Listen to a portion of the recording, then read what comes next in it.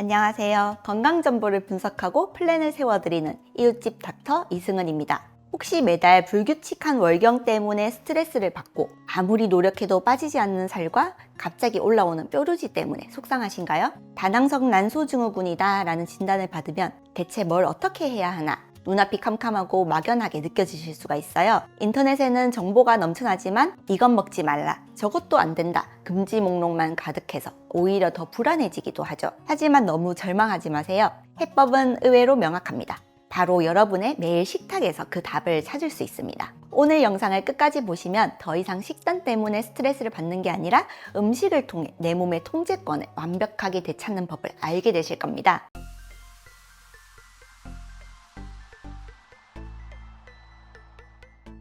다낭성 난소증후군 관리에 식단이 중요하다고 하면 많은 분들이 단순히 살 빼기만 떠올리세요. 하지만 이건 절반만 맞는 이야기입니다. 특히 마른 다낭성 난소증후군 환자분들도 많으니까요. 식단 관리의 핵심은 체중계 숫자를 줄이는 것을 넘어 우리 몸속의 호르몬의 불균형을 일으키는 근본 원인을 잡는 데 있습니다. 그 원인이 바로 인슐린 저항성이라는 개념이에요.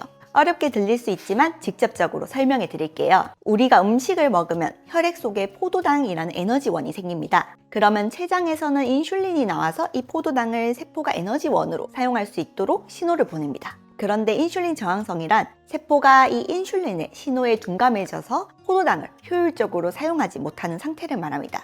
포도당이 세포로 잘 들어가지 못하고 제대로 사용되지 않으니 혈당이 높아지고 우리 몸은 혈당을 낮추기 위해서 인슐린을 더 많이 분비하게 됩니다. 문제는 여기에서 시작돼요. 다른 세포는 인슐린 신호에 둔감해졌는데 유독 난소는 이 비정상적으로 높아진 인슐린 농도에 아주 민감하게 반응합니다. 과도한 인슐린이 난소를 더 자극해서 불필요한 남성 호르몬을 대량으로 더 만들어내게 하는 거죠. 결국 이 남성 호르몬 때문에 배란이 잘 안 되고 생리가 불규칙해지면서 여드름이나 다모증 같은 문제가 발생하는 겁니다. 즉 여러분들이 먹는 음식, 특히 설탕이나 흰 밀가루처럼 혈당을 빠르고 급격하게 올리는 음식들이 이 모든 호르몬 불균형을 촉발하는 직접적인 원인이 되는 것입니다. 그렇다면 이 악순환을 멈추고 건강한 생리 주기를 되찾기 위한 핵심 식단 원칙은 무엇일까요? 그것은 바로 이것저것 다 끊는 다이어트가 아니라 혈당을 급격히 올리지 않는 식사를 하는 것입니다. 하루 종일 우리 혈당이 급격하게 변동하는 게 아니라 안정적인 상태가 유지되도록 만들어주는 것이 목표입니다. 제가 진료실에서 환자분들께 가장 강조하는 것도 이 부분입니다.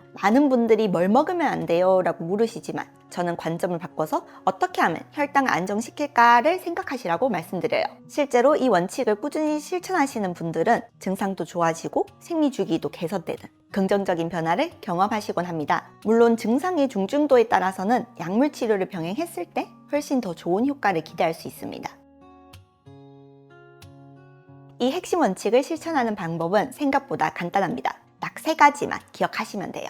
첫째, 혈당을 천천히 올리는 좋은 탄수화물을 고르는 것. 둘째, 탄수화물을 섭취할 때는 반드시 단백질과 건강한 지방을 함께 구성하는 것. 셋째, 우리 몸의 염증을 잠재워주는 항염증 식품을 충분히 섭취하는 것입니다. 이 3가지 원칙만 잘 지키셔도 여러분의 몸은 놀랍도록 편안해지고 호르몬은 서서히 균형을 되찾기 시작하실 겁니다. 이 3가지 원칙의 핵심은 혈당 스파이크를 막고 염증을 줄이는 것에 있습니다.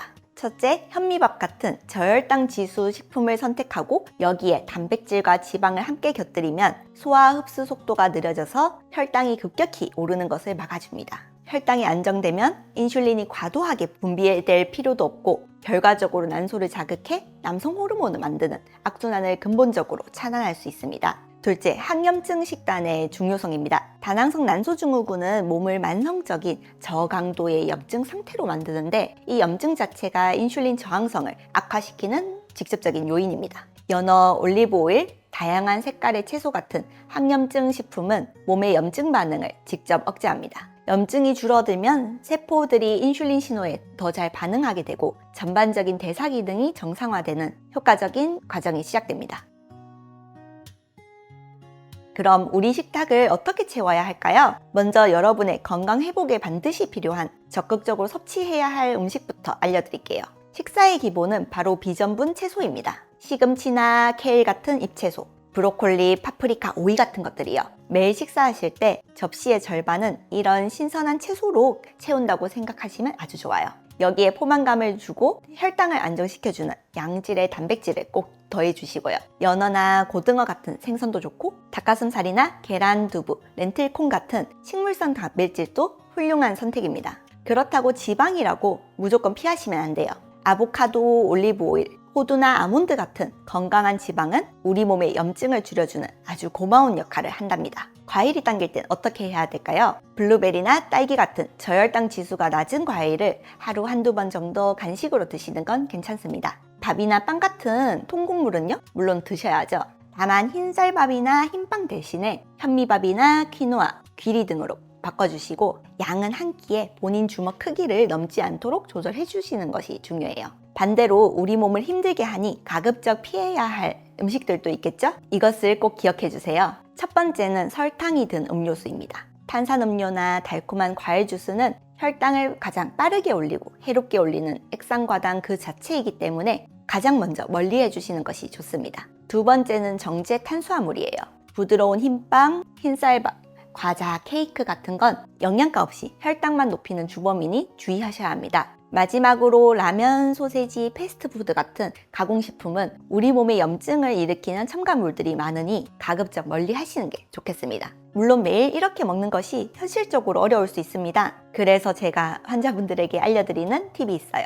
바로 아침은 왕처럼 저녁은 거지처럼 먹는 시간 영양학의 원리입니다. 우리 몸의 인슐린 감수성은 아침에 가장 높고 저녁으로 갈수록 떨어져요. 실제로 2013년 오베시티 저널에 발표된 연구에 따르면 아침 식사를 푸짐하게 한 그룹이 저녁을 푸짐하게 먹은 그룹보다 인슐린 저항성이 더 효과적으로 개선되었습니다. 다만 다낭성 난소증후군은 비만형, 마른형 등 증상과 원인이 다양하니 본인의 인슐린 저항성 정도나 체질에 맞춘 식단 조정이 필요합니다. 오늘 알려드린 원칙을 바탕으로 자신에게 맞는 방법을 찾아가는 과정이 중요하며 혼자서 너무 막막하고 어렵게 느껴지신다면 전문가를 찾아 정확히 진단받고 상담하는 것이 가장 확실한 방법입니다.